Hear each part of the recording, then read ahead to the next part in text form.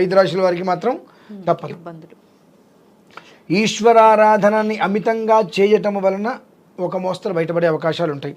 ఆ గ్రహణ సమయంలో ఏదైనా ఒక నదీ తీరానికి వెళ్ళి నదిలో స్నానం చేసి అక్కడ భగవదారాధన చేసుకుంటూ అలానే కనుక ఉన్నట్లయితే కనీసం మాత్రం కొంచెమైనా వాళ్ళు క్షేమంగా ఉండడానికి అవకాశం ఉంటుంది. ఎందువల్లనంటే మామూలుగా మనం దేవాలయాలకు వెళ్ళడానికి ఆ రోజు దేవాలయాలు ఉండవు మామూలుగా అయితే కనుక గ్రహణం అప్పుడు. దానికి నదీ క్షేత్రం చాలా విశేషం.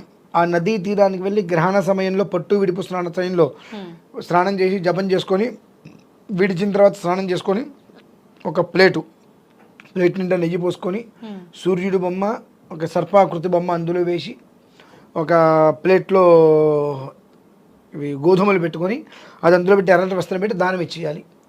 ఆ దానం ఇచ్చేస్తే సగం శ్రేయస్కరం. ఆ సమయంలో మనం ఏం చేస్తున్నామంటే ఈ యొక్క